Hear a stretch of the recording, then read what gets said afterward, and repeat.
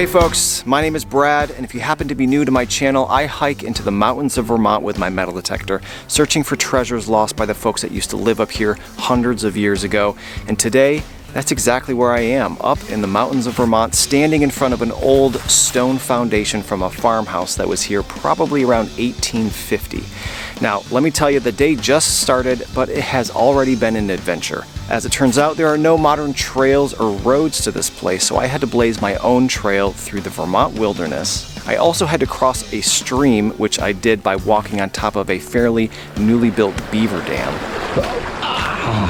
Wet feet, wet feet. But I'm here now, I have wet feet, but I am very excited to see what we might find here today. Now, if you are new to my channel, I post one of these videos every single Friday, so if you like what you see here today, consider hitting that subscribe button, or just come on back next week.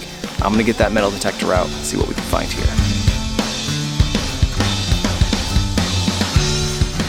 73.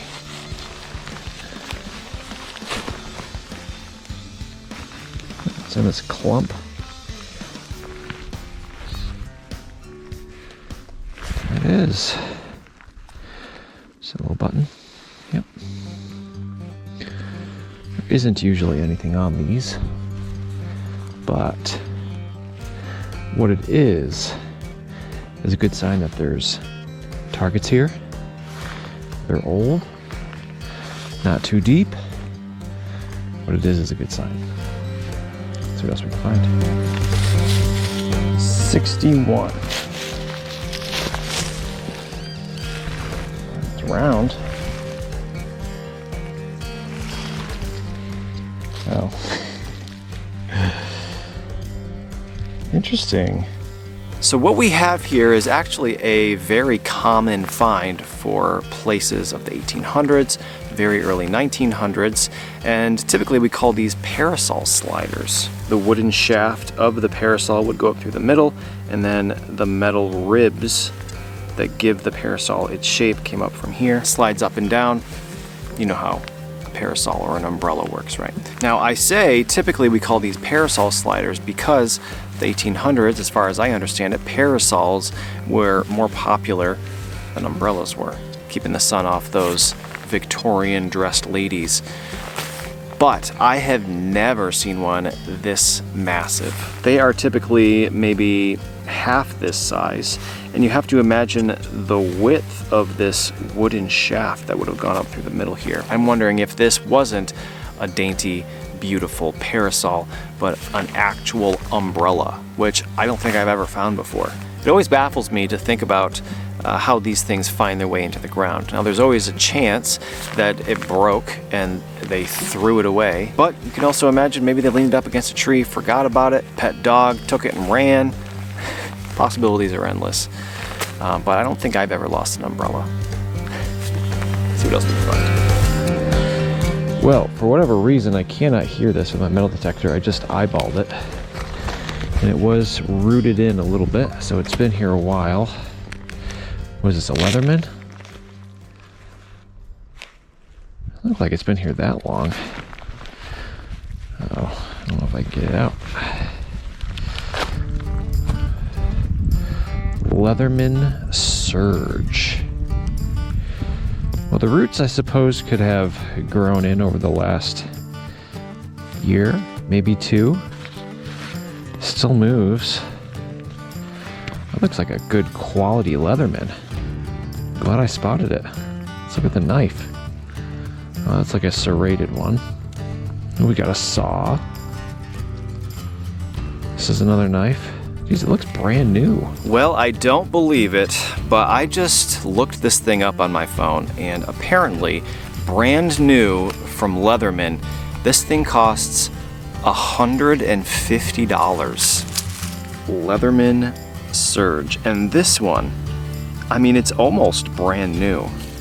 We have a little bit of rusting here, which makes sense given it's been outside for a year or two.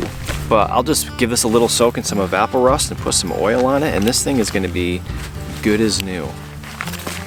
Find of the day? I don't know. It's going to be hard to beat. Finding $150 just laying on top of the ground. absolutely incredible. I knew Leatherman tools were expensive, but $150, holy smokes. Now I will, of course, ask the landowner if this is theirs, if they have dropped it, but if it was just from a hunter passing through, find of the day. Calling it now. Insane.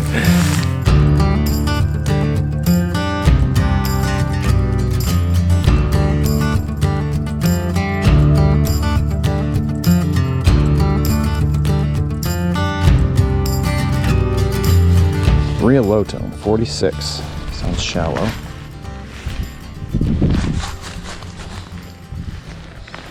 This. Oh, it's brass, which is surprising because it rang so low. Well, it has been an incredibly slow day. Not just that the targets end up being trash, but there's just not very many targets. Every time I hear my metal detector beep, I get so excited because I get to dig something up. And 99% of the time they end up being modern bullets. But what we have here is something that is not a bullet or trash. But truth be told, I'm not exactly sure what it is. I have been spraying it off, cleaning the dirt off, and as you can see, it's very decorative. We would assume that this is a button. But as I flip it over, it appears to be the same on the other side. No place for a shank, button shank. Something I probably wouldn't usually show the camera, but as I mentioned, very, very slow today. It's all I've got to show you. I assume it's something worn on a person, whether it be jewelry, part of the clothing, not sure. Let me know what you think. Just a very small, pretty, hollow piece of brass. In these bushes, we've got an 85. It's gonna be fun to dig out of here.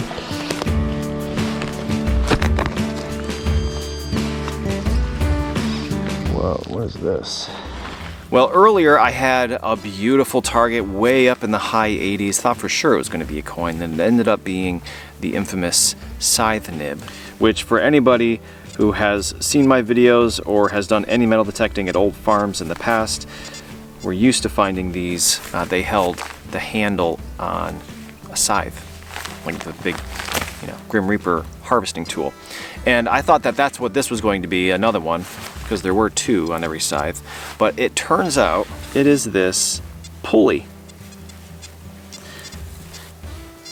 You can see here a string or twine would have gone in this little groove right here. And this is another common find. I've probably found a dozen of these over the years. And as of yet, I don't have 100% confirmation on what it is, but I'm fairly confident it went to a window in one of these old farmhouses. Now, something that I've never personally found, but people do find regularly enough metal detecting these old places, are window weights that would have, as I understand it, kept the window up. Once you put it up, this weight would have then dropped and been a counterbalance for these heavy 1800s windows. And this would have been part of that pulley system. We find so many of them, it would make sense a farmhouse having a dozen or so windows would have had many of these for us to find. Made out of brass, sometimes we only find part of it, like they break. If you have a better idea, let me know, but I'm fairly confident that's what it is. Slightly more exciting than a scythe nib. Definitely more exciting than an ox knob. Haven't found any of those yet today. 78. Is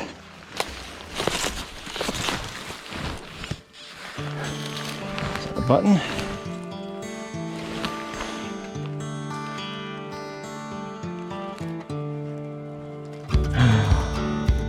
No, that's not a button. Oh, man, I forgot how small these things are. Well, so far today, I have dug hundreds of targets in the 70s on my metal detector. And thus far, every single one of them has either been a shotgun shell, lead from a bullet, or the shell casing from a bullet. But for some reason, I keep on digging them, and boy, was I surprised when this popped out. It is a tiny little silver 3-cent coin. As I mentioned, I forget how small these things are. It is absolutely tiny, way smaller than a dime. There's the Roman numeral 3. It looks like 1852, it could be 1862. I don't happen to have the dates on these memorized, but it was a very short range of dates, so we'll be able to figure it out for sure. Man, I was getting a little bit discouraged with all of these projectiles I've been finding, modern projectiles. This is going to renew the excitement in all of those 75 targets, I think.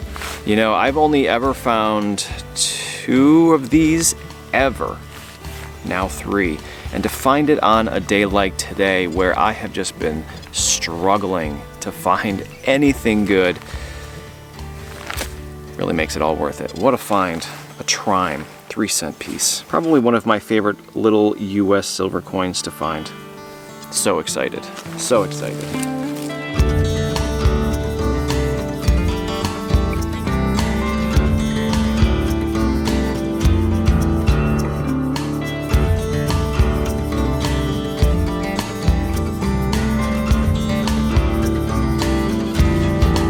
Well, this is almost certainly junk.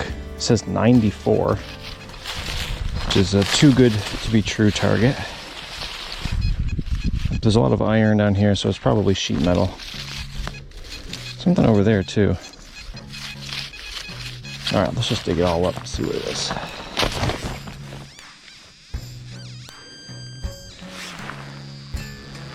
Oh, there we go. You know what that is? It's like these roots are coming out of it like flames.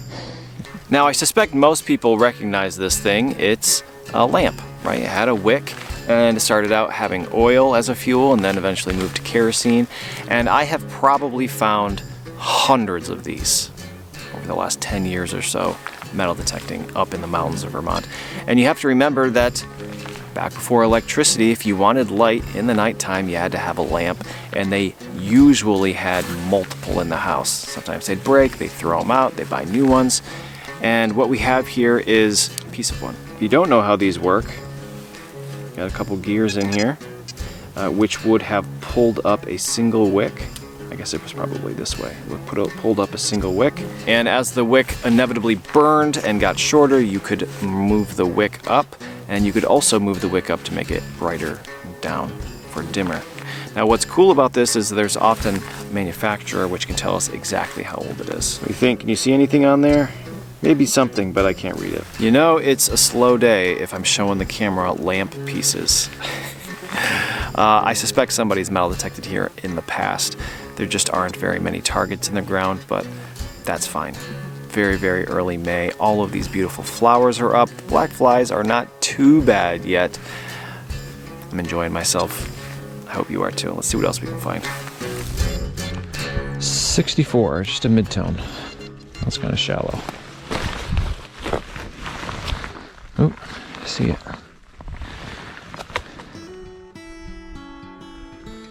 Oh, this is a 2-piece button, which means it's hollow. Looks like there's something on it. Is it civilian or is it military? Well, let's give it a spray and see if we can figure it out. I can already see it. Can you? We have the shield in the center, the head of the eagle, obviously both wings. It's not in great shape. It seems to be crushed a little bit, and of course it has been in the ground for, I don't know, 150 years or so. Occasionally there'll be a letter in the center of that shield, A for artillery, I for infantry.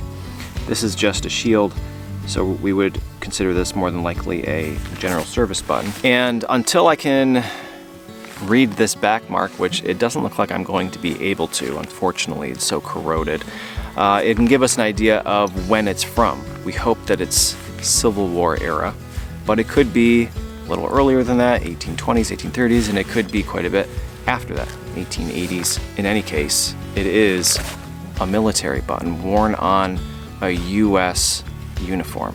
On any day metal detecting up here in the mountains, I'll come home with a dozen, 2 dozen flat buttons, and typically they don't have anything on them, just totally flat It may have been gold plated or silver plated back in the time, but that's usually all gone.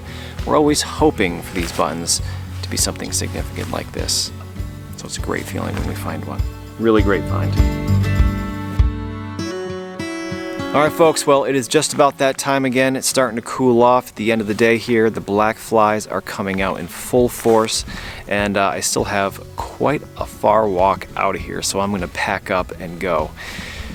It was a very long day, not a ton of finds. There just weren't targets in the ground. I found myself going a half hour, 45 minutes without my metal detector even beeping, but I did somehow manage to find a few really amazing things, two of which I am super excited about. You can probably guess which two. I've got everything laid out here. Let's take a look. All right, not a bad little pile of treasures, I'd say. A couple iron buckles next to a couple of iron spoons, a few pieces of lamp, a window weight pulley, a scythe nib, held a handle on, little piece of a pocket knife. What I'm gonna say is an umbrella slider, my one and only copper coin. It is a wheat cent. 11 standard flat buttons. This mystery kind of button, although there is no shank on the other side, it's just a very pretty hollow piece of brass. We do have the general service military button. Out front, our silver coin, the 3-cent piece Trime. Absolutely incredible. So hard to find because it is so very small. Super excited to find that today. And then in the way back, the Leatherman Surge. $150 pair of pliers with some knives stuck to it. The find of the day? I don't know. Let me know what you think. Would you prefer to find $150 Leatherman or a tiny little silver coin from the 1850s or 60s? All right, folks, well, thanks for watching. I hope you enjoyed today's video, and hopefully I will see you right back here next Friday for another new adventure somewhere up here in the mountains of Vermont.